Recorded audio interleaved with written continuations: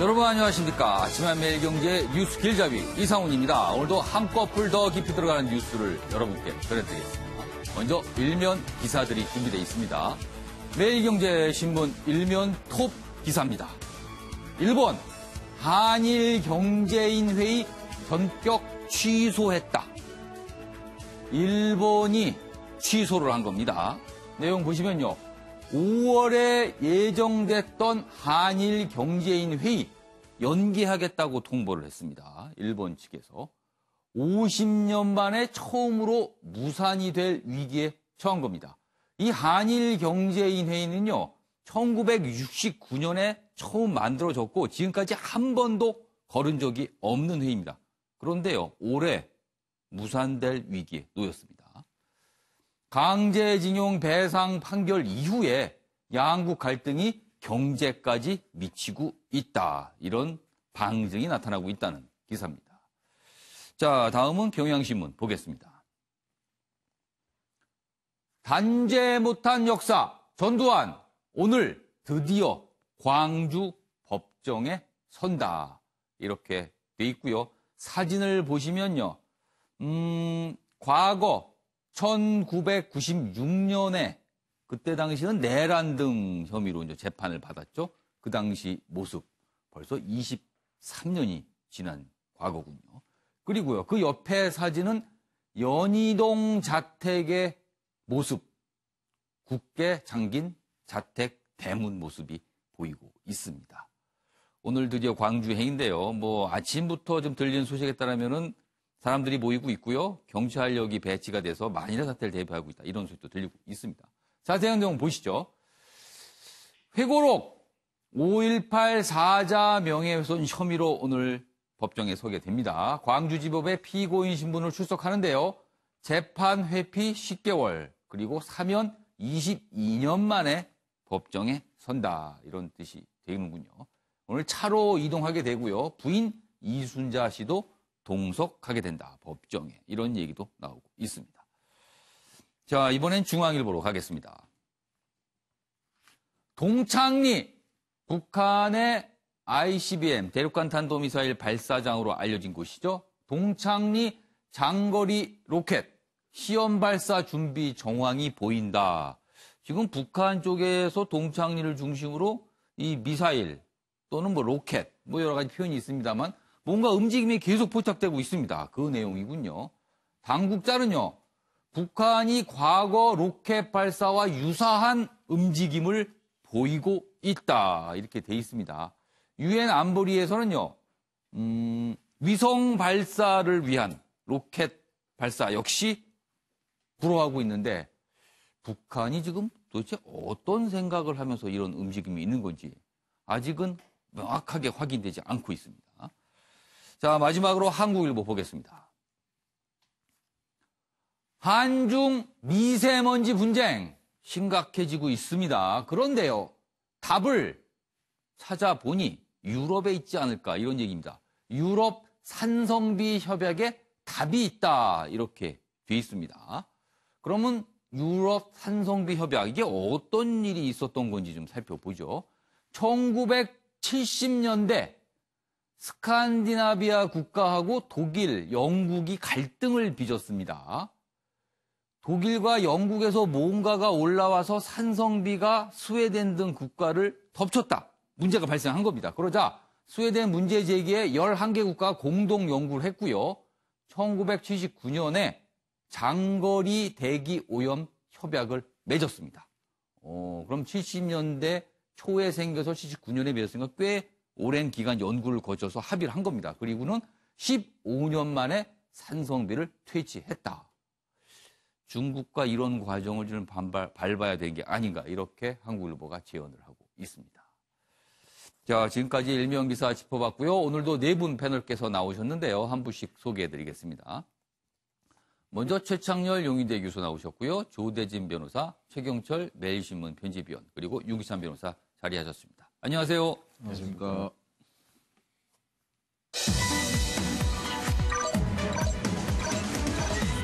아침을 여는 키워드 4가지 준비되어 있습니다. 첫 번째 키워드, 전두환 드디어 광주행. 문의 남자 돌아온다. 수령 신비와 말라 이런 얘기가 북한에서 나오고요. 마지막 키워드 아니라더니 피의자 입건 이렇게 됐습니다. 자 지금 전두환 전 대통령의 연희동 자택 모습이 영상으로 지금 급하게 들어와 있습니다. 지금 보시면요. 경찰력이 배치가 돼서 그 집 앞 골목길을 막고 있고요. 그 앞에 대문 앞에 지금 차량 하나가 준비되어 있는 걸 봐서 저 차량편으로 광주로 이동할 것으로 보입니다. 그리고 경찰력 그 인근에는요. 글쎄요. 지지 집회인지 아니면 비난 집회인지 모르겠지만 어떤 분들이 모여 있어서 여러 가지 구호를 외치는 모습도 지금 카메라에 포착이 되고 있습니다. 오늘 전두환 전 대통령 광주로 갑니다. 그리고 광주지방법원 201호 법정에 서게 되는데요. 지금 경찰들이요. 굉장히 삼엄하게. 그리고 저 연희동 골목길은요. 과거에 이른바 연희동 골목길에 나올 때 저기서 성명을 발표해서 거리 성명, 연희도 성명 여러 가지 이름으로 불렸는데 오늘 전두환 전 대통령이 광주행으로 광주행을 본격적으로 하기에 앞서서 과연 저 거리에서, 저 골목에서 또 어떤 입장 표명을 할지 그 부분도 관심입니다. 일단 저희가 방송 시작 부분에서 지금 연희동 현장의 모습을 봤고요. 이 주제 오늘 잡혀 있습니다. 중간에 본격적으로 다뤄보도록 하고요. 그리고 전두환 전 대통령의 모습이 보이면 바로 또 현장 연결하도록 하겠습니다. 급하게 화면이 들어와서 제가 잠시 소개를 좀 해드렸습니다. 자, 첫 번째 이슈는요. 어제로 박근혜 전 대통령 탄핵 2년이 됐습니다. 그래서 서울 중심가에서는 집회가 열렸는데 그리고 여러 가지 주장도 좀 나왔습니다. 그 얘기부터 좀 다뤄보도록 하겠습니다. 첫 번째 기사 준비되어 있습니다. 경향신문이군요. 탄핵 무효를 주장하는 집회 어제도 열렸습니다. 어제는 2년, 탄핵 2년이기 때문에 좀 규모를 조금 키워서 집회가 열렸는데 경향신문이 그 집회 현장에 가서 여러 가지 얘기를 듣고 기사를 실었습니다. 태극기 그리고 성조기 든 어르신들 언론 못 믿어 보수 유튜브만 본다. 이런 말씀들을 하시면서 집회에 나온다고 합니다. 여기 자세한 내용이 있습니다. 여기 보시죠. 이명박 관심 없다. 우린 오직 박근혜 전 대통령 석방만 생각한다. 이명박 전 대통령 그리고 박근혜 전 대통령 모두 보수 진영의 대통령으로 통하는데 이명박 관심 없다. 오직 박근혜뿐이다. 이런 얘기가 집회 현장에서 나왔다 그러네요. 이 부분 글쎄요. 어떤 의미가 있는 건지 모르겠네요. 그리고요. 집회 나오신 분들이요. 자식들한테는 말을 안 한다. 하지만 젊은 사람들과 대화를 하고 싶다. 이런 희망도 좀 집회 현장에서 표현을 했다고 그러네요. 여기 보면요. 이쪽 가운데 기사가 좀 있군요. 아랫부분 좀 비춰주시기 바랍니다. 집회에 모이신 분들 도대체 어떻게 오신 거냐, 그리고 무슨 생각을 하시는 거냐, 이런 얘기 좀 기자들이 질문을 했어요. 그의 답입니다. 유튜브 보고 모였다. 젊은이들과 얘기할 기회가 없어 아쉽다. 뭐 이런 얘기가 계속 나왔다고 합니다. 자, 그럼 여기서요. 이 집회 모습 영상으로 직접 확인해 보겠습니다.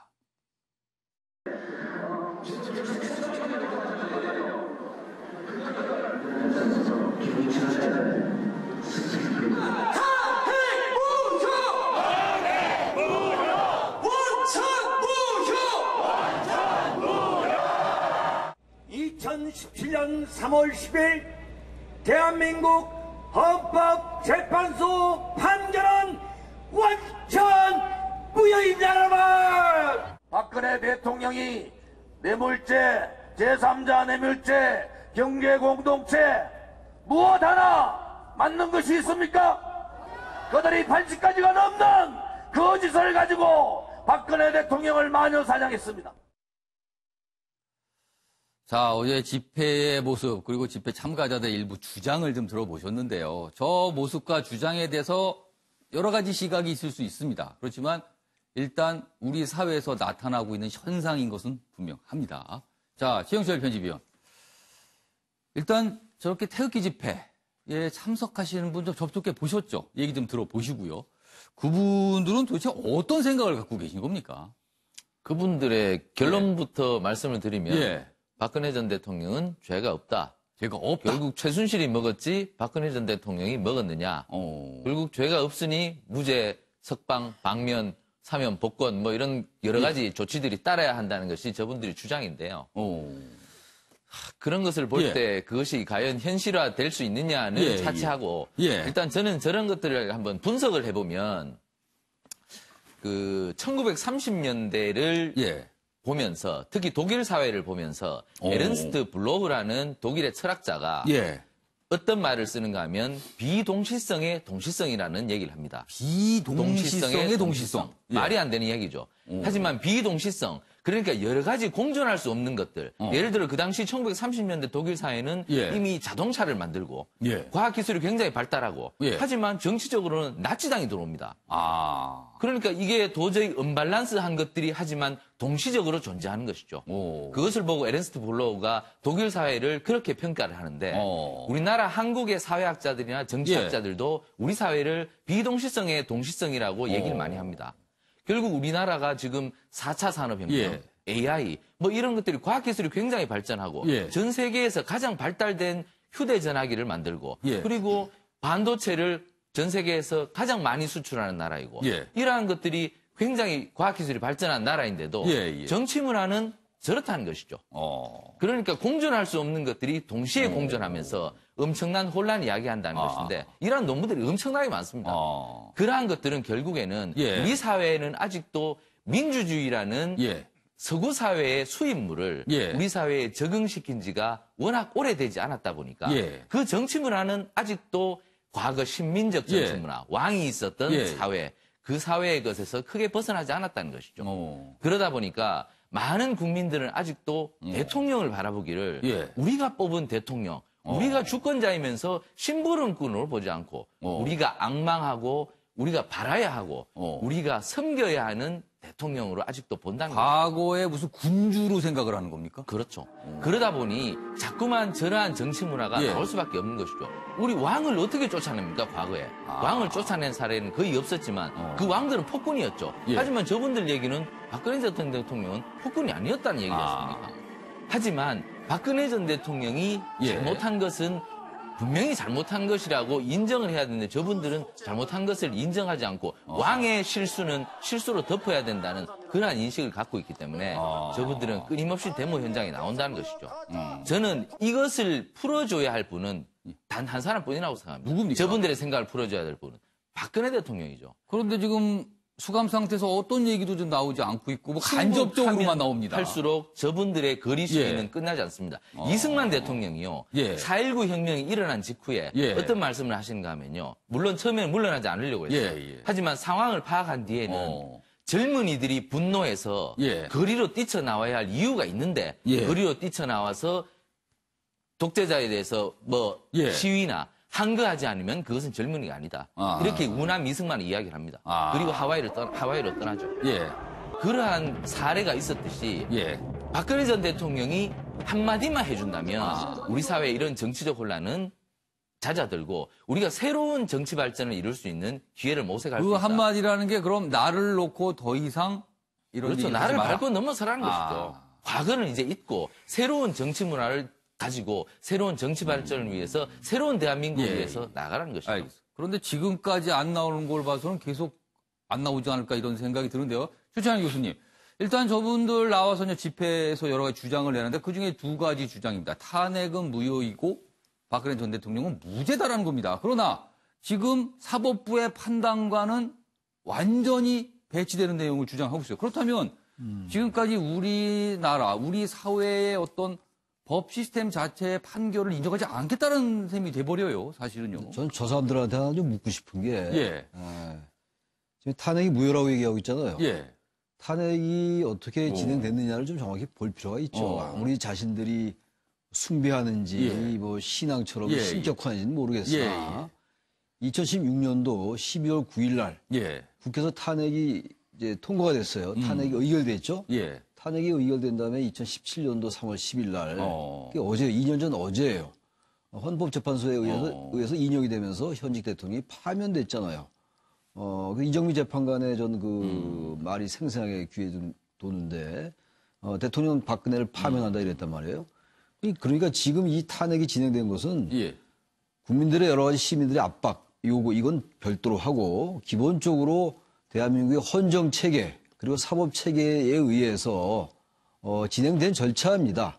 그러니까 저분들이 말하는 건요, 1차적으로 민주주의를 부정하는 것이고, 예. 두 번째 민주주의뿐만이 아니라 헌정주의 자체를 부인하는 거예요. 그러니까 지금 이분들은 지금 탄핵이 자꾸 무효라고 그러는데 그걸 하나 묻고 싶고 또 하나가 굳이 분석을 한다면 지금 최 의원님 굉장히 학문적으로 분석을 했는데 좀 그럴 만한 가치가 있는가 잘 모르겠어요. 아무튼 그런데 이분들의 머릿속에는 대한민국의 근대화, 이 경제적 산업화의 그 신화의 주역은 박정희다. 박정희에 따른 박근혜, 박정희 분열에 대한 이상한 그 신격화나 이런 것들이 좀 젖어 있지 않나 이런 생각이 좀 들어요. 기저에 깔리는 어떤 인식의 사고의 틀이. 부분이 좀 갖고 있지 않을까. 그래서 저런 부분들에 대해서 다른 것들은 일체 받아들이지 않으려는 것이 아닌가 이런 생각도 듭니다. 저희 개인적인 생각입니다. 예. 자, 지금 보시면요, 기사 하나 보겠습니다. 보수단체들 박근혜 석방 목소리 높이지만 가능성은 낮다. 그래서 현실적으로 좀 이미 무죄인 상태, 무죄가 아니라 무죄를 주장을 하더라도 이미 석방 목소리 높지만 가능성은 높지 않다. 이런 기사입니다. 이런 소식에 따르면요, 전두환 전 대통령이 원래는 8시 30분에 출발할 예정이었는데요. 조금 당겨서 8시 20분에 출발을 한다는 소식이 들려 저희가 바로 지금 영희동 자택으로 영상으로 좀 연결했습니다. 지금 보시면 여전히 삼엄한 지금 경계가 이루어지는 것 같고요.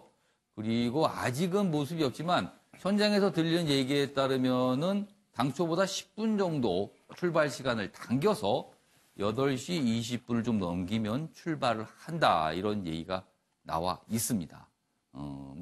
그동안 알츠하이머, 독감, 이런 이유로 2차례 재판에 불출석을 했지만 강제 구인장이 발부된 상태에서 이번에는 자진 출석을 선택을 했습니다. 구인장 발부 끝에 자진 출석 의사를 밝혀서 오늘 드디어 광주로 떠나게 됩니다. 재판을 받으러 가는 겁니다. 중간에 저희가 이제 박근혜 전 대통령 탄핵 2년 얘기를 했는데요. 그 얘기는 이제 그 정도로 좀 정리 좀 해보도록 하고요. 저희가 전두환 전 대통령 관련해서 관련 기사가 있는데요. 그 기사 준비된 대로 차근차근 보도록 하고요. 일단 오늘 23년 만에 법정 출석하는 전두환 전 대통령. 지금 화면 계속 나오고 있는데요. 일단 기사부터 좀 보시죠. 전두환 전 대통령이 모습이 비치면 바로 화면으로 연결을 하겠습니다. 한겨레 신문입니다. 전두환 39년 만에 피고인으로 광주에 5월 단체는요, 인간띠 있기를 오늘 하겠다. 이런 계획이 나오고 있습니다. 39년 만이니까요. 1988년 퇴임 이후에 처음으로 이제 광주로 간다. 그 의미가 됩니다. 지금 거의. 자, 여기 보면 조비오 신부 헬기 사격 증언의 전시, 파렴치한 거짓말장이 이렇게 주장을 했는데 이 부분이 문제가 됐습니다. 책에서 조비오 신부를 파렴치한 거짓말장이라고 주장을 했는데 이 부분이 사자 명예훼손에 해당하는가 이 부분을 법정에서 따져봐야 되는 문제가 됐습니다. 그런데요. 국방부는 이 조비오 신부가 목격했다는 이 헬기 사격 관련해서 객관적 증거를 확보했고 검찰은 미필적 고의, 그러니까 이런 주장에 고의성이 있었다. 이 부분을 입증하는데 자신감을 내비치고 있다. 이런 얘기도 나오고 있습니다.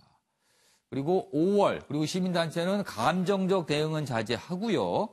전 씨가 통과하는 길목에서 손팻말 정도를 들어서 완전 비판한다는 뜻을 보여주고 그리고 관심사가 또 있습니다. 오늘 자택 앞에서 과연 골목 성명, 과거 같은 골목 성명이 있겠느냐 이 부분도 관심입니다. 자, 조대진 변호사. 네. 드디어 광주로 갑니다. 참 전두환 전 대통령이 광주 법정에 서냐는 거는 참으로 많은 기사가 됐는데 오늘 드디어 광주로 갑니다. 8시 30분이 좀 안 된 시간 출발하면은요. 보통 광주까지 안 막히면은 3시간 반이면 가죠. 그러면 대략 한 12시 정도에는 광주에 도착하고 점심 식사를 여러 가지 준비를 한 다음에 오후 2시 30분부터 재판이 진행됩니다. 상당히 많이 오랫동안 거부를 하시다가 이제 나가시는 거죠. 그러니까 법적으로 할 수 있는 방법들은 다 동원을 했던 것 같은데요. 뭐 관할 이송 신청도 했었고, 그다음에 관할 변경, 뭐 이런 요구도 했었는데 결국에는 다 받아들여지지 않으니까 결국에 이제 구인장까지 발부를 해서 이렇게 이제 나가게 되시는 건데 어떻게 보면 모양 자체가 좀 좋게 스스로 나가서 다툴 게 있으면 다투는 모습이었으면 좋았을 텐데 이제는 어떻게 보면 구인장에 의해서 끌려가는 그런 모습처럼 보이지 않습니까? 그래서 어떤 얘기를 하실 건지는 모르겠지만 이순자 여사가 또 동행하는 걸로 또 허가까지 또 받았어요. 그래서 동석해서 또 그 전두환 전 대통령의 그 얘기를 좀 많이 설명을 할 것 같은데 어쨌든 그 사안 자체는 되게 단순합니다. 조비오 신부에 관련된 그 사안, 헬기 기총 사격에 관련된 부분이 허위 사실인지에 관련된 부분만 재판부가 판단을 하려고 하는 것이고요. 그 부분에 관련된 부분이 허위 사실인 것이 나타난다면 아마 그러니까 실제적으로 처벌받는 것을 피할 수는 없을 것 같은데 사실상 그 사자 명예훼손에 관련된 처벌이 그렇게 중하지는 않습니다. 2년 이하의 징역, 500만 원 이하의 벌금이기 때문에 뭐 피해갈 수도 있을 거라고도 생각을 하는 모양인데 어쨌든 지금까지 재판 과정에서 보여줬던 이렇게 불성실한 태도 그리고 좀 피하려고 했던 그 태도들이 재판부로 하여금 상당히 좀 많이 기분 나빴을 것 가능성은 좀 있어 보입니다. 윤기찬 변호사. 오늘 부인 이순자 씨가 동행을 합니다. 그리고 뭐 법정에도 같이 나와도 된다라고 이제 법원에서 허가를 했어요. 그렇다면은 전두환 전 대통령과 이순자 씨가 나란히 앉게 되는 겁니까? 법정에요? 어떻게 됩니까? 동석 허가니까요. 동석이라 옆에 앉게 됩니다. 그러면 동석 허가라는 거는 만약에 전두환 전 대통령이 여러 가지 설명하기가 좀 불편하다. 그렇다면 대신 진술할 수도 있고 이런 상황입니까? 그러니까 예를 들어 동석 허가를 허가하는 이유는 뭐냐면 이제 심리적 안정하고요. 그다음에 의사소통이 원활하지 않은 경우에 그걸 돕는 역할을 합니다. 그러니까 이제 전두환 전 대통령께서 만약에 의사소통이 원활치 않으면 그러니까 말씀을 하시는데 이게 어떤 의미인지 모른다 그럴 때는 옆에서 이제 도와주는 거고 재판장 질문에 대해서 끼어들지 못합니다. 그렇게 되면 동석을 취소하거든요. 그래서 아마 거기까지 못 가고 그 정도 의사소통 돕는 정도 또는 마음의 안정을 취하게끔 하는 정도. 그 정도 그럼 오늘 만약에 재판장이 여러 가지 질문 또 하겠죠. 그리고 이제 뭐 검찰 측, 그다음에 변호사 측 질문을 할 텐데요. 그러면은 지금까지 전두환 전 대통령 알츠하이머를 주장했어요. 그러면 현장에서 본인이 대답하기보다는 부인을 통한 어떤 답변 그렇게 가능성이 있어 보이기도 하네요. 본인이 대답할 수 있는 그런 기회가 많지는 않습니다. 왜냐하면 처음에는 이제 인정신문할 때 전두환 전 대통령이 맞는지 여러 가지 묻거든요. 뭐 이름, 주소 이런 걸 물을 때는 대답을 하고 그다음에 검사가 이제 기소 사실 요지를 얘기를 합니다. 그다음에 그에 대해서 변호인 측에다가 이 공소 사실 인정하는지 여부를 물어요. 그럴 때 변호인이 뭐 인정한다, 인정하지 않는다 이렇게 대답하면 재판장이 피고인한테 지금 변호사가 한 얘기 맞냐? 당신도 생각이 같냐라고 하면 예, 아니요 이렇게 간단히 대답하거든요. 그러니까 어떤 의사소통에 지장이 있을 정도가 아니라면은 본인이 대답할 수 있는 그 가능성이 크고요. 그 다음에 이제 만약에 아니라 그러면 공소사실 부인하게 되면 증거조사랍니다. 그래서 검사가 증거 제출을 하게 되고 그에 대해서 변호인이 그 증거 중에 뭘 인정하고 인정하지 않는다. 여기까지 끝 마치고 나서 다음에 그 증거에 대한 이제 증거조사가 진행이 되는데 예를 들면 증인 신청이라든가 여기까지 오늘 마무리되는 거라서 아마 전두환 전 대통령이 말씀을 길게 할 수 있는 절차는 없다 이렇게 생각이 됩니다.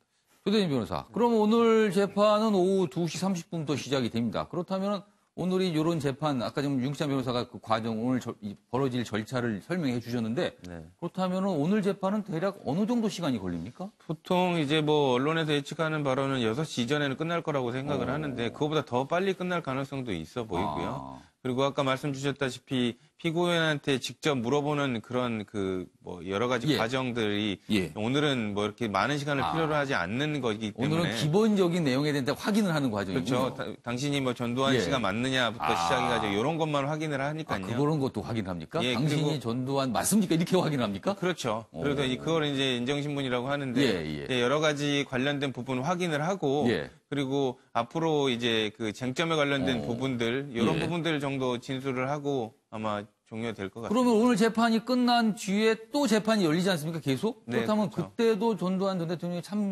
참석을 해야 되는 거죠? 당연히 참석을 해야 그렇다면은 광주행을 또 간다는 소리가 되는 그렇죠. 거네요. 그렇죠. 아. 그러니까 재판이 빨리 끝나려면 한 가지 방법이 있습니다. 예. 다 자백하면 됩니다. 다 아. 자백하면 뭐 증거관계라든지 이런 증거조사 관련된 부분들이 다 동의가 되기 때문에 예. 빨리 끝나지만 지금 자체로는 뭐 동의를 할 가능성이 없거든요. 예. 그렇게 되면 증거조사도 이렇게 또 많이 시간이 걸릴 수밖에 없고 예. 그렇게 되면 시간이 좀 더 여러 차례 나와야 되는 상황이 벌어질 수 그러면 있습니다. 오늘 한 번만 광주행이 아니고요. 계속 광주행이 좀 보이겠네요. 그렇다면 지금 여러 차례 진행될 가능성이 있습니다. 알겠습니다. 자, 최영철 편집위원. 네. 자, 결국에는 이렇게 광주로 가게 됩니다. 그래서 일각에서는 이런 지적도 좀 해요. 어차피 가게 될 걸 처음부터 출석에 응해서 본인이 주장할 바가 있으면 가서 주장을 하지. 이런 모습이 이게 무엇인가. 이런 지적 나오고 있습니다. 두 가지 정도로 해석할 수 있겠는데요. 첫째는 전두환 전 대통령은 5.18 광주 민주화 항쟁에 대해서 자신의 시각은 여전히 다르다는 것이죠. 결국은 확신범인 것 같고요. 그리고 두 가지는 여러 가지로 법률적으로 그 고려해 볼 때 내가 빠져나갈 구멍이 있다는 그런 현실적인 판단도 있었을 터이고 두 가지가 저렇게 움직여서 저분이 저렇게 여태까지 뭐 속된 말로 개겼는 것 같은데 그 결국에는 방송엔 적합하지 않은 표현인데 아무튼 뭔가 버텼다. 그렇죠. 그런 뜻입니다. 거기에서 결국에는 벗어나지 못하고 저렇게 나왔다는 것만 해도 자신의 판단이 굉장히 틀렸다는 것이 인정이 된 것이고 결국에는 아흔을 바라보는 저 나이에 참 그 여러 가지로 개인적인 그 인격의 모멸감도 다시 한번 느꼈을 터이고 참 우리나라 국격이 다시 한번 또 훼손되는 또 사례도 당긴 것이고 여러 가지 뭐 다층적으로 피해가 큰 사건이라고 볼 수 있고 어쨌든 오늘 재판에 나가서 솔직하게 답변을 하고 그리고 어떻게 해서든지 인간의 양심으로서 어느 정도의 기인한 발언을 하는 것이 앞으로의 그 자신에게나 우리나라 전체 국민들에게나 상처를 최소화하는 길이라고 저는 생각하고 있습니다. 자, 최찬희 교수님. 뭐 일단 관심사는요. 뭐 오늘 광주행인데요. 골목 성명. 과연 전두환 전 대통령이 떠나기 앞서 지금 저 앞에 차량을 타야 됩니다. 차량에 타기 앞서서 뭔가를 좀 뭐 성명까지는 아니지만 뭔가를 좀 얘기하고 탈 것인가 아니면 그냥 나와서 그냥 타고 갈 것인가.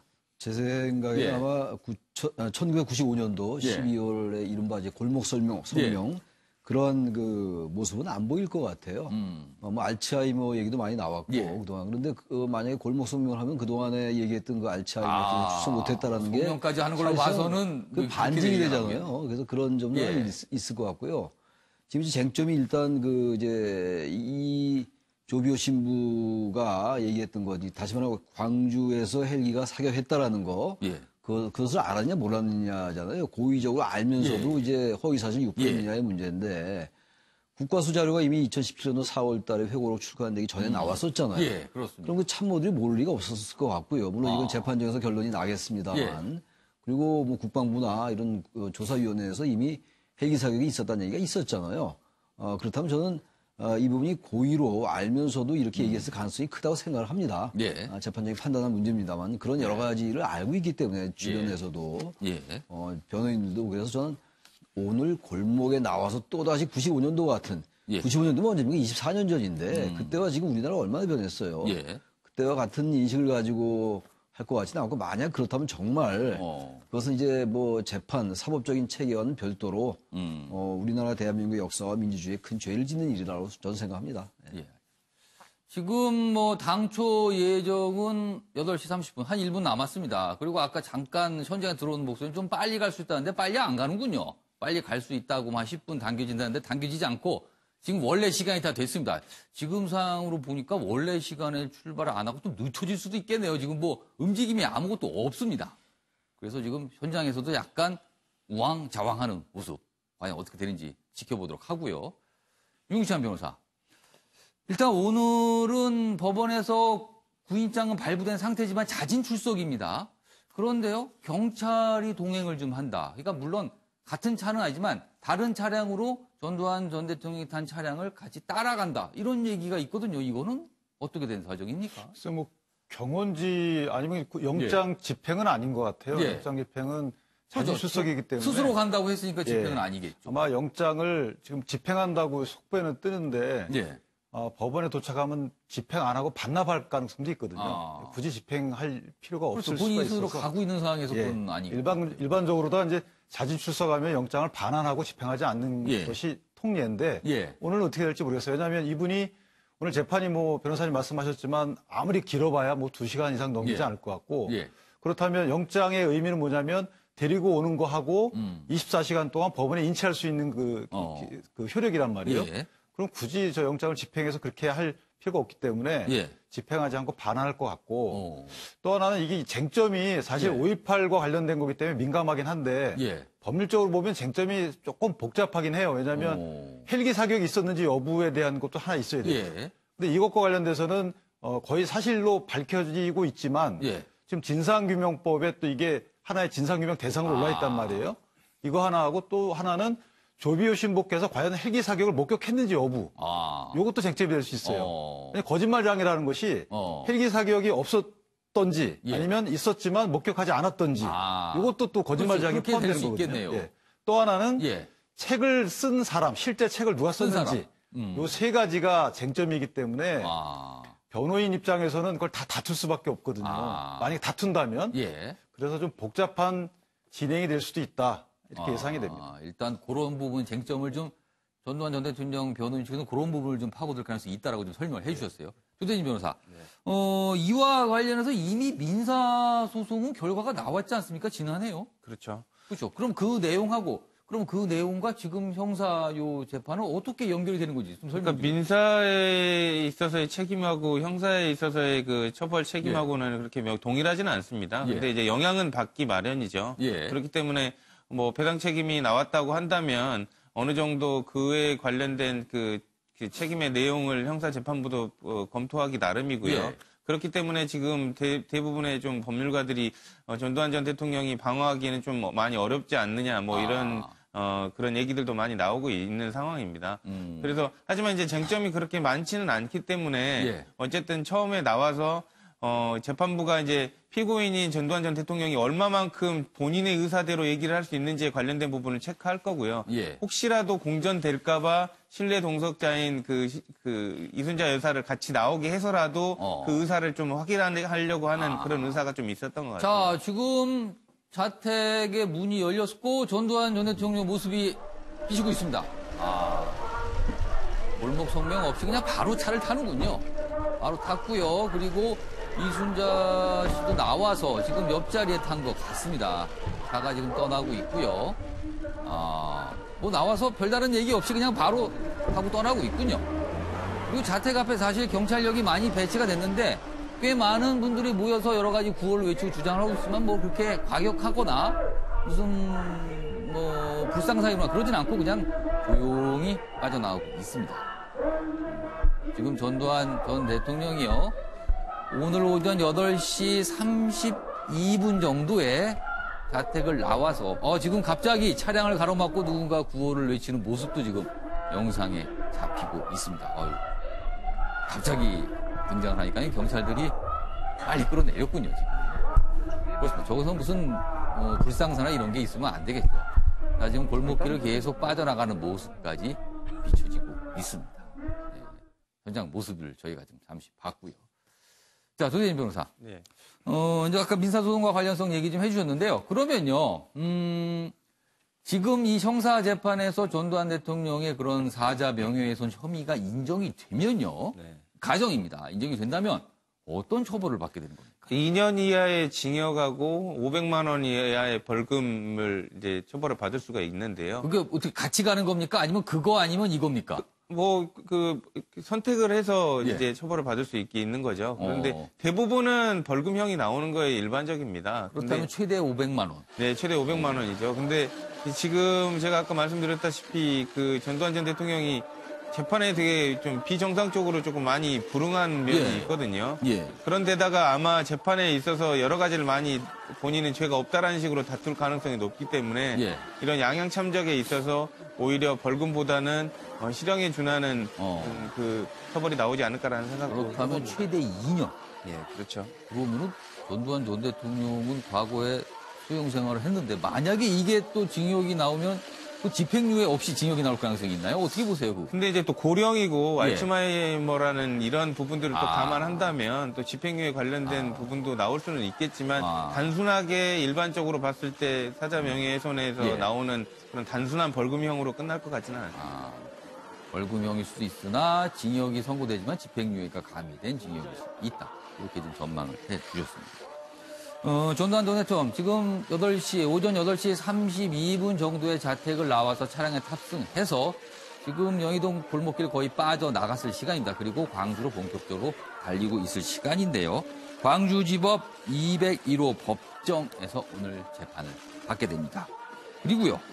이 광주지법 현장에도요, 혹시 만일의 사태를 대비해서 한 500명 정도의 경찰력이 배치가 될 거라는 소식도 들리고 있습니다. 오늘 많은 언론들이 이미 지금 광주로 내려가서 기다리고 있습니다. 거기에 또 전두환 전 대통령이 이제 법원에 들어가기 앞서 어떤 얘기를 할 수도 있거든요. 일단 오늘 골목 성명은 없었습니다. 뭐 속보가 계속 나오고 있습니다. 뭐 건강 핑계로 불수속했지만 골프장소 목욕되기도. 지금 들어오는 영상은요, 전두환 대통령이 지금 영희동 쪽을 빠져나가는 길에, 큰 길에 나왔는데요. 언론사 차량들이 뒤쫓고 있습니다. 아마 고속도로를 이용할 텐데요. 중간에 한번 휴게소 같은 데는 들리지 않겠습니까? 왜냐하면 거의 3시간 반 정도 걸리는 거리거든요. 그렇다면 중간에 휴게소를 한 군데는 최소한 들린다고 봐야 되는데 그때 많은 언론사에 또 그 휴게소 들려서 전두환 대통령의 모습을 또 포착하지 않을까 이렇게 생각이 듭니다. 자, 최치환 교수님. 네. 사실은 우리 역사에서 이런 일 반복된 참 불행한 일이에요. 그렇습니다. 예. 우리 현대사가 지금 이제 벌써 해방된 지 70년이 넘었고 이랬는데, 그리고 이 지금 뭐 광주 민주화 운동 이 부분은 최근에도 5.18 망언이 있었잖아요. 한국당 내에서. 여전히 대한민국이 아주 극소수겠습니다만 5.18 광주 민주화 운동, 5.18 민주화 운동을 여전히 폭동으로 인식하고 그리고 유공자들을 괴물 집단이라고 얘기하는 이런 사람이 정당에, 공당에 또 최고위원으로 선출됐어요. 제가 뭐 특정 정당을 비판하고자 하는 게 아니라 아까 뭐 앞서 다른 분들 다 말씀하셨습니다만 우리 현대사라는 게 여전히 지금 어떤 그 냉전적 사고와 그리고 민주주의 이런 것들에 대해서 어떤 합일점을 찾지 못하고 있는 겁니다.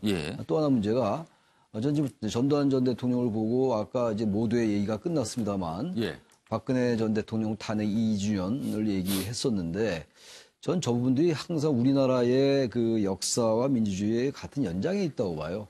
어떤 인식이 아직 정리되지 못했고 냉전적인 사고라든지 수구적인 생각들 민주주의가 뭐라는 생각, 헌정주의가 뭐라는 이런 것들이 아직 얘기가 정리가 안 되다 보니까 여전히 저런 부분들이 뉴스가 되고 어떻게 정상적인 그야말로 사고로 본다면 있을 수 없는 얘기죠. 사자명예훼손 뭐 이거야 법원에서 결론이 나겠습니다만 뻔히 알 것 같은데 당시 보안사령관을 했고 모든 권력은 전두환 전 대통령에게 집중됐을 때였어요. 1980년도에. 그런데 그것을 몰랐다? 납득되지 않죠. 보안사령관이었기 때문에 그 지휘체계가 다르다고 얘기할 수 있는지 몰라도 그 당시 권력체계가 그러지 않았잖아요. 여전히 저런 부분들을 가지고 또 저 부분을 또 지지하고 물론 지지하는 것도 자유예요. 표현의 자유가 있는 것이고 사상과 어떤 양심의 자유가 다 있는 것이긴 합니다만 아무리 양심의 자유나 생각의 자유가 있다 하더라도 보편적이래야 되고 역사에 반하면 안 되는 것이고 반헌법적이면 안 되는 거 아니겠어요. 그런데 그런 점들이 여전히 우리나라에서는 하나의 또 세력으로 또 치부되는 이러한 상황이라서 많은 시간이 아직도 좀 필요하지 않나라는 생각이 좀 들어요. 일반론적으로. 시간이 더 필요해서 정말 저런 역사가 정리가 돼야죠. 그래야 한국당이 얘기하는 미래와 통합으로 갈 수가 있는 것이지 과거에 대한 반성이나 과거에 대한 규명이 없이 어떻게 진실에 대한 규명 없이 미래로 가고 통합을 가고 얘기합니까? 저는 이건 한국당도 여러 가지 같이 뭐 다 그렇지 않다 하더라도 한국당의 일부 분들은 여러 가지 생각하고 반성하고 성찰할 필요가 있다라고 저는 생각을 합니다.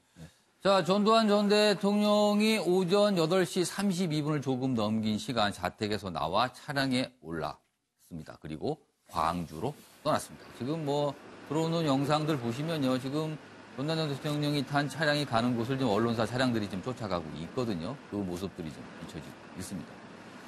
자, 뭐 영상 요 정도 보고요. 준비된 기사 이어가도록 하겠습니다. 지금 전두환 전 대통령 관련 기사 더 준비되어 있습니다. 다음 기사 좀 넘겨주시죠. 자, 일단 여기 뭐 돌아온 남자 양정철이 있는데 요 기사 가기 전에 전두환 전 대통령 관련 얘기 하나 저 최영철 편집위원께 좀 마지막 질문 좀 드릴게요. 보시면요. 일단 전두환 전 대통령 문제가 된 게 이 회고록에 있는 대목 아닙니까?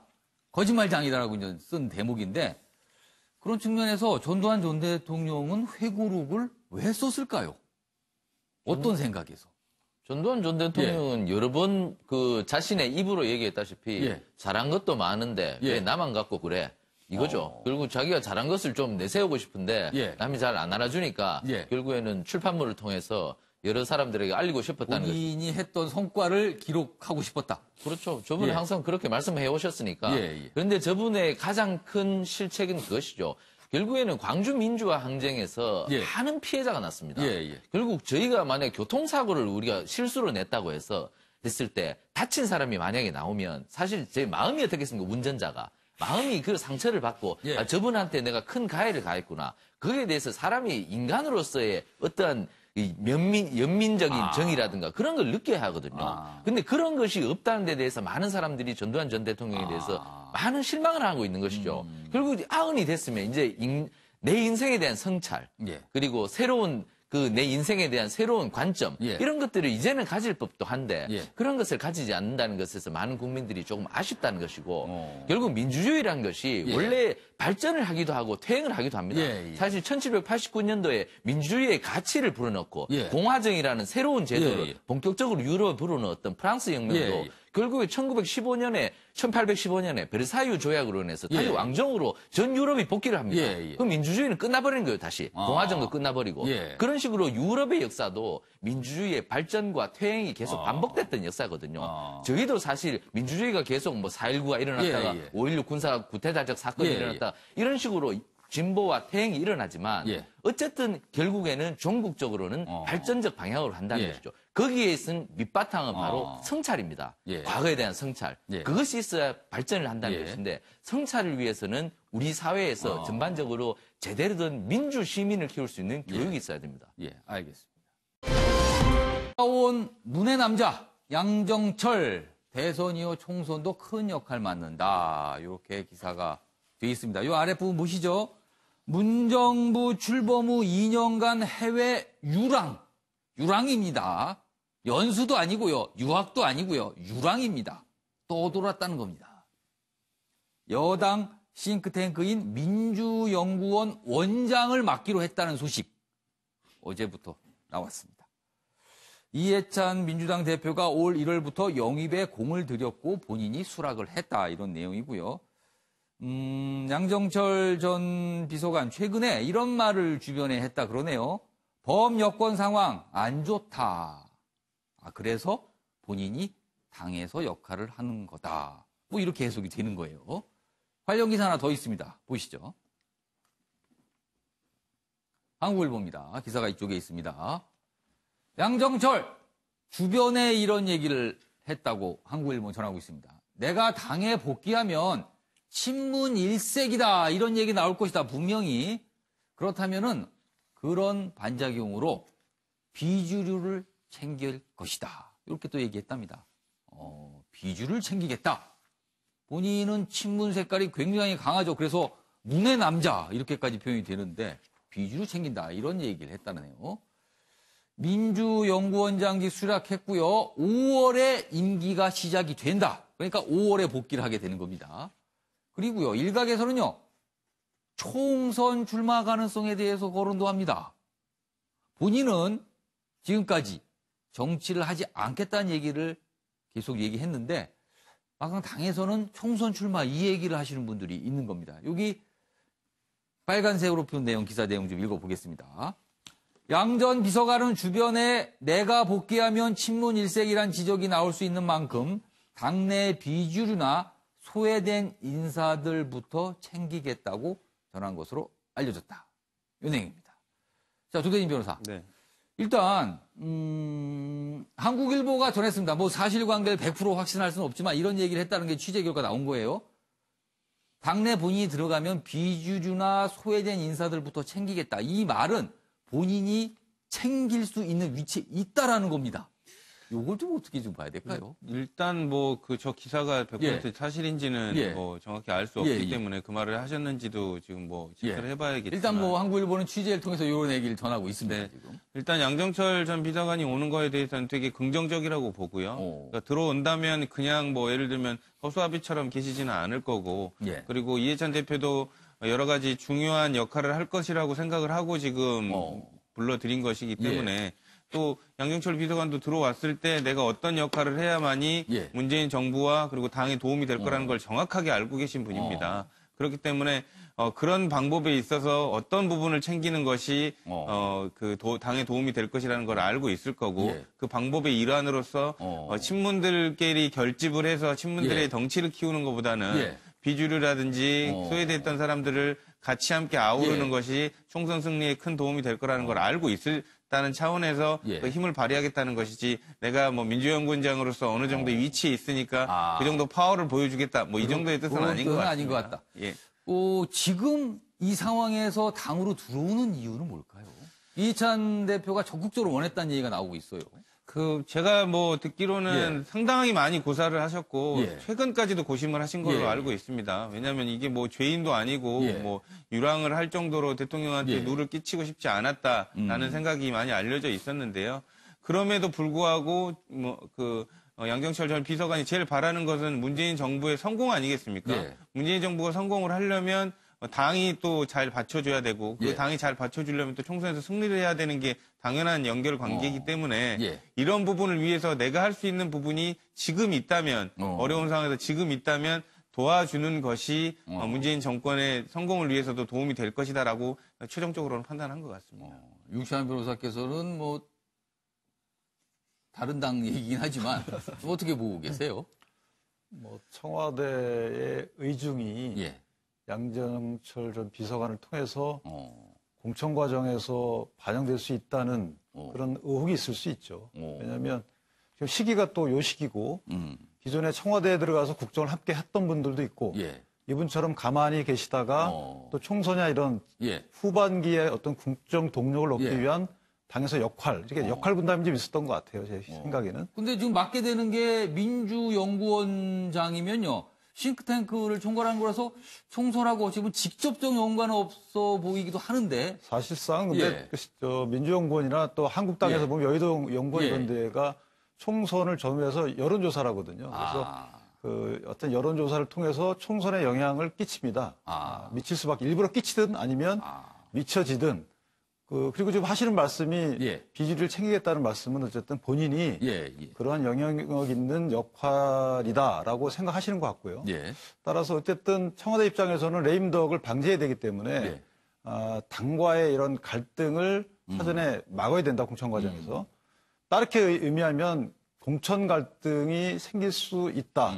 양정철 비서관의 역할에 따라서 그래서 그 역할을 어떻게 하느냐에 따라서는 공천 갈등으로 비화될 수도 있고 잘 마무리될 수도 있고 이런 우려가 좀 있을 것 같습니다. 최영실 의원님, 단도직입적으로 질문 드리겠습니다. 양정철 전 비서관 내년 총선 출마하겠습니까? 안 하겠습니까? 저는 할 거라고 봅니다. 한다? 지금 민주당에서는 제가 들은 민주당 의원들이나 그리고 원외 인사들 지금 새로 내년 총선에 나가려는 분들이 지금 난리가 났어요. 지금 당의 역학구도가 어떻게 갈 것인지에 대해서. 왜냐하면 양정철 비서관이 힘이 굉장히 센 분이거든요. 제가 들은 얘기로는 2002년도입니까?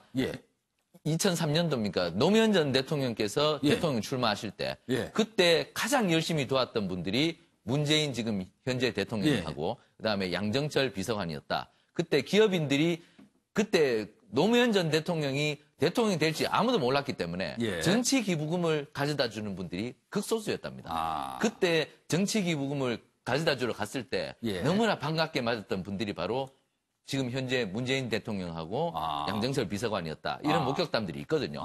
그만큼 그 당시부터 문재인 대통령하고 양정철 전 비서관이 지금 말씀하신 거는 뭐 그런 얘기를 하시는 분이 있다 이런 거죠? 그렇죠. 목격담이죠. 그건 뭐 어차피 전부 다 그 영수증 처리를 하고 기업들하고 공식적으로 했던 거니까 그러한 목격담을 빌어서 보면 저 양정철 전 비서관과 문재인 대통령은 굉장히 가까운 사이는 맞다.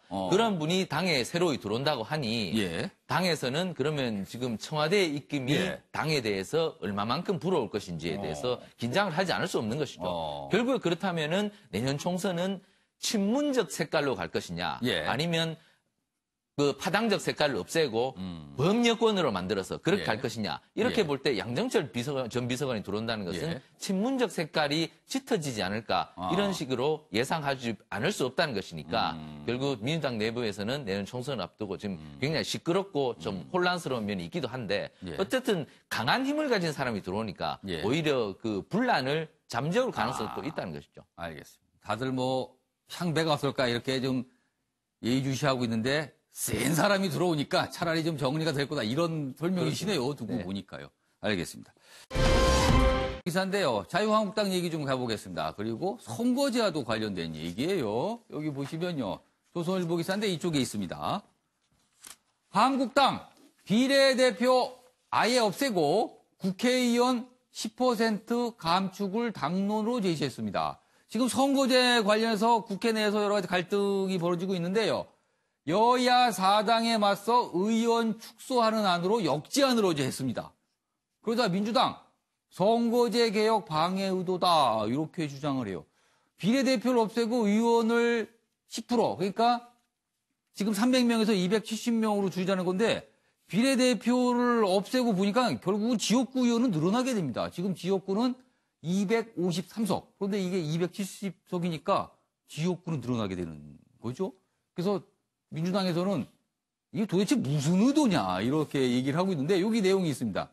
여야 4당은 어제 한국당이 내놓은 안에 대해서 회방안이다, 헛소리라고 즉각 반발했다, 이렇게 강하게 나오고 있습니다. 지금 발끈한 겁니다.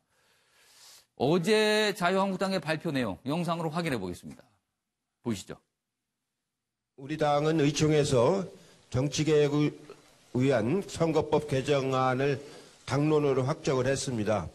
권역별 연동형 비례대표제를 채택을 하고 석패율제를 도입을 해서 야당과 이제 협상을 하도록 하겠습니다. 그 공수처법, 공정거래법 등 10건의 개혁 법안을 중심으로 해서 야 3당과 신속 처리 안건으로 협상을 해 나가도록 그렇게 하겠습니다. 국민들의 요구에 따라서 의원 정수를 10% 감축하자는 것이 저희의 안입니다. 비례대표 국회의원을 폐지하고 조정해서 10% 줄이는 270석을 제한하는 것이 저희. 야 3당과 민주당 4당 간의 단일한 패스트트랙으로 어떤 법을 넣을 것인지, 넣게 되면 그 법의 내용을 어떻게 할 것인지. 네, 어제 뭐 국회의 모습 굉장히 바빴습니다. 야당을 중심으로. 관련 기사 하나 더 있습니다.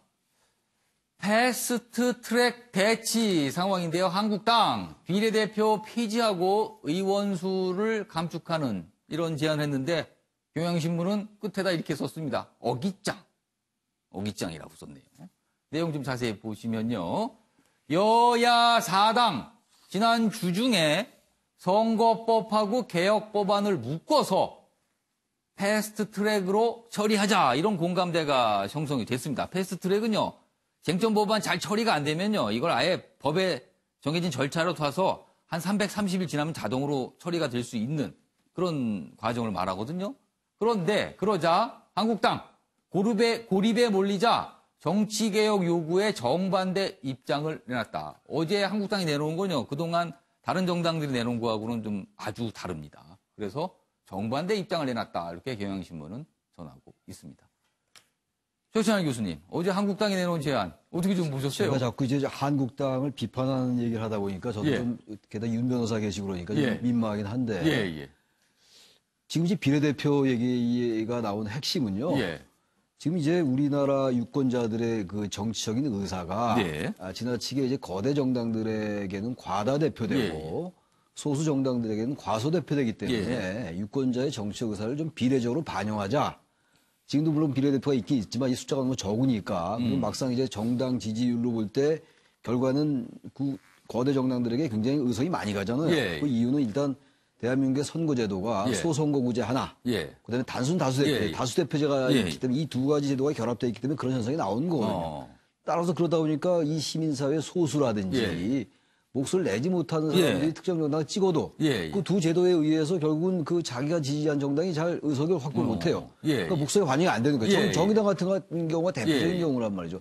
바로 그런 것들 시정하기 위해서 다시 말하면 비례성을 강화하고 아까 말씀드린 과다대표나 과소대표를 좀 시정하자라고 해서 얘기가 나왔는데 그동안 한국당은 별 반응 없이 계속 반대만 해왔어요. 이제 어쨌든 이 사항을 해결해야 될 거란 말이에요. 내년이 총선이니까 선거제도를 적어도 이번 달 안에 내야지 패스트트랙에 의해서 내년도 뭐 2월, 3월에 확정될 거 아니겠어요? 물론 패스트트랙 전에도 합의하면 되긴 되겠습니다만 그런데 이제 이렇게 몰리니까 이재서 한 얘기가 비례대표 폐지해라. 제가 만약에 민주당이나 무슨 다른 당, 이른바 한국당을 제외한 야당 의원이라 하더라도 어떻게 대응해야 될지 전략을 짜기가 어려울 것 같아요. 이게 변칙적인 안을 내놓은 거라고 보는데 그러다 보니까 지금 한국당에서는 지금 의원수를 줄이자고 얘기하는데 내용을 보면 지역군도 늘어나는 거예요. 253석에서 270석으로. 국민들이 의원수를 줄이자는 건요. 의원들이 국회가 영 역할을 못하니까 나온 얘기란 말이에요. 그리고 또 하나 이런 국회는 돈이 들어가는 게 아깝다라는 거란 말이에요. 그래서 야당들이 했던 얘기가 야삼당이나 민주당의 얘기는 의원수를 약간 늘리거나 현재 의원수를 민주당은 300석으로 좀 고정하자는 얘기예요. 다른 야당, 소수야당은 좀 다르긴 한데 세빌 좀 똑같이 들어가는 돈은 똑같이 하면서 좀 의원수 늘리겠다는 얘기를 설득하자는 얘기예요. 그러니까 아직 연동형 비례대표제에 대해서 국민 일반에서 잘 모르는 분도 좀 많다고 생각하거든요. 이재선 비례대표 아예 폐지하자. 이렇게 얘기를 하면 이걸 어떻게 절충하고 어떻게 타협을 합니까? 그래서 전 어깃장이라는 저 표현이 제 개인적으로는 동의를 합니다. 저건 어깃장을 놓는다기보다는 이 협상 자체가 꼬이게 만드는 하나의 전략 아닌가라는 생각이 들 정도로 굉장히 황당한 전 제안이라고 봅니다. 유시환 변호사. 지금 자유한국당이 어제 내놓은 안은 그동안 다른 정당들이 내놨던 연동형 비례 주장을 하면서 비례대표를 좀 늘려야 된다. 그리고 지역구를 축소하는 문제를 논의다. 이런 거하고는 사실 방향이 좀 완전히 반대로 가고 있어요. 그래서 경향신문에서는 어깃장이라는 표현을 썼는데 이거 어떻게 보십니까? 어깃장은 아니고요. 원래 한국당이 늘 주장했던 지금 의원수를 늘리면 안 된다. 여기에 초점이 있는 거예요. 왜냐하면 권역별 비례대표, 연동형 비례대표로 간다 하더라도 사실은 의원수가 확정이 안 될 수가 있고요. 민주당이 기존에 내놨던 준연동, 복합연동, 보정연동 이것도 전부 다 아니라고 말씀하시지만 실제로 의원수가 늘 수가 있어요. 그래서 저희는 의원수를 늘지 않겠다는 거에 방점이 있는 거고 비례대표라는 원래 기능은 소수정당의 원내 진출을 돕자는 의미가 아니고 전문가를 원내 진출시키자는 겁니다. 소수자 전문가. 근데 그렇게 기능을 안 하고 있다. 그래서 차라리 그럴 바에는 비례대표를 폐지하고 오히려 지역구를 늘리자. 그리고 더불어서 10%의 원래 의원수 정수를 줄이자 이런 거고요. 지금 연동형 비례대표 이런 걸로 소수당이 많이 들어오게 되면 현재와 같은 권력구도 하에서는 이익 집단이 정당화돼서 원내 진출하게 됩니다. 이거 어떻게 막을 것이냐. 또 하나는 극단적 생각을 갖고 있는 분들이 원내 진출하게 됩니다.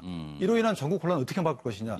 여기서부터 문제의식을 갖고 있는 거예요. 그래서 저희 전부 틀리다고 해서 극단적이다, 어깃장이다 이렇게 표현할 것보다는 이거 한국당이 아닙니다. 당론으로 내놓은 거기 때문에 여기에 대해서는 당론으로서의 평가를 해줘야 된다 이렇게 생각합니다. 알겠습니다. 아무튼 어제 한국당의 제안에 대해서 다른 정당들은 예상치 못한 제안이 나와서 조금 당황한 모습이고요. 오늘부터 과연 어떻게 풀어갈까 또 접촉들이 있을 것 같습니다.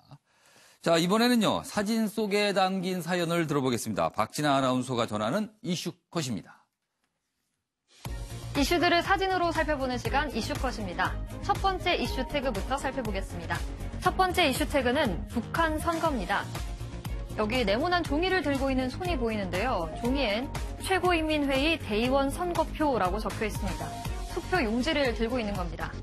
어제 북한에선 남한의 국회의원 총선거에 해당하는 제14기 최고인민회의 대의원 선거가 치러졌습니다. 유권자는 만 17세 이상의 북한 주민들인데요. 각 선거구에 단독으로 등록된 후보자에게 찬반 투표를 하는 방식으로 진행됐습니다. 이번 선거는 김정은 국무위원장 집권 이후 두 번째 치러지는 대의원 선거로 투표 결과는 이르면 오늘 발표될 걸로 보이는데요.